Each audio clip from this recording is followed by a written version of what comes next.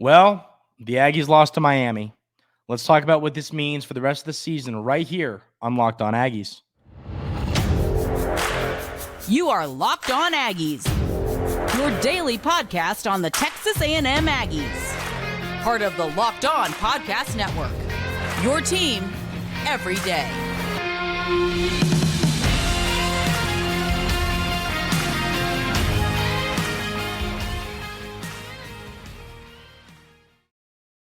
Welcome on into Locked On Aggies. I'm your host, Andrew Stefaniak. Thanks for making Locked On Aggies your first listen every single day. First and foremost, before we get into the game and what just happened, I want to say prayers up to Cameron Kitchens. Hope that young man's okay. He's a great human being. The announcer was talking about he's the first guy in, last guy out. So prayers up for him. We're hoping to hear a positive report about Kitchens here soon.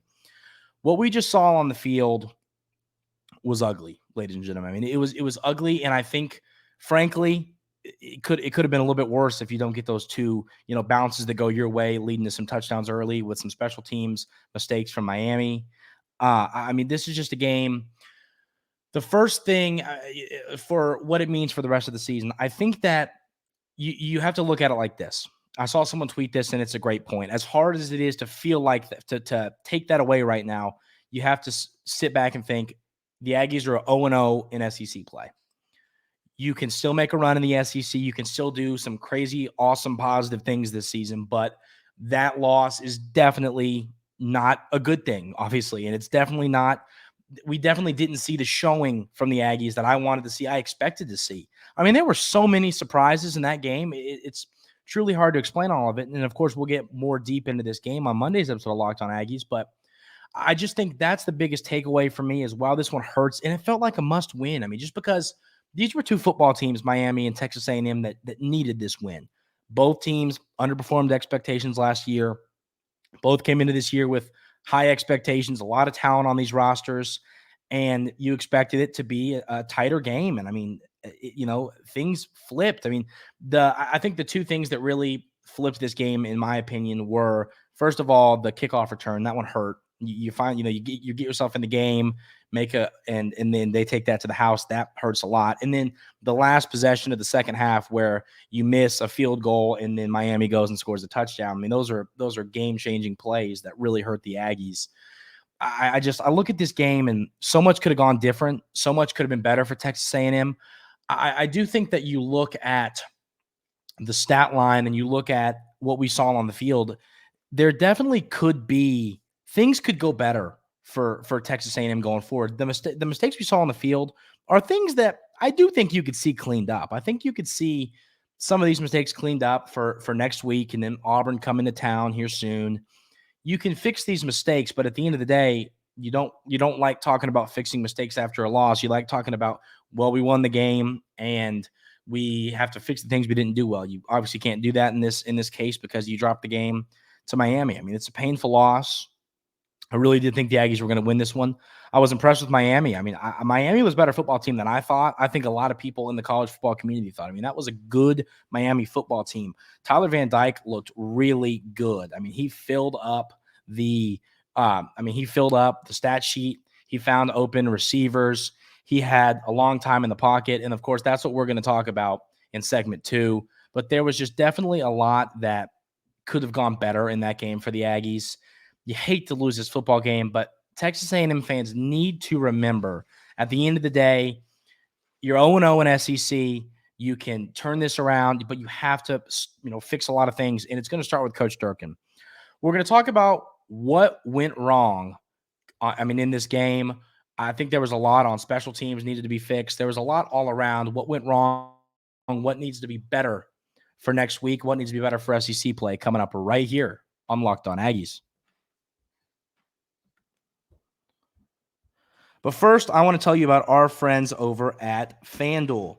Get ready for NFL season with incredible offers from FanDuel, America's #1 sportsbook. Right now, new customers can bet $5 and get $200 in bonus bets, guaranteed. Plus, all customers who bet $5 will get $100 off NFL Sunday Ticket from YouTube and YouTube TV. Now is the best time to join FanDuel. The app is easy to use, and you can bet on everything from spreads to player props and more. So visit FanDuel.com/lockedon and kick off the NFL season with an offer you won't want to miss. FanDuel, official partner of the NFL.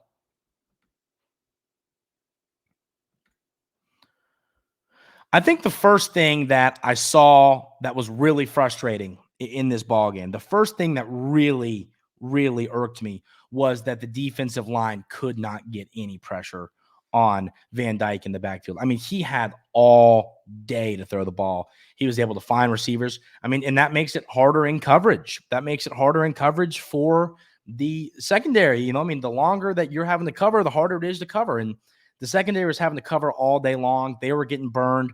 You couldn't get any pass rush. I mean, this defense, Coach Durkin, I mean, I was really unimpressed with this defense, and I thought it was going to be a lot better than what we saw on the field. The defense did not look good in any way. You know, I mean, Thomas got burned a few times. Josh DeBerry had a few plays I know he'd like to have back. I mean, this was just not a good performance by the Texas A&M defense, and it does have me a little bit worried about the rest of the season. And then on top of that, I mean, you add in the special teams mistakes. You miss a field goal. And then I know that Miami had some on their end too, but you miss a field goal.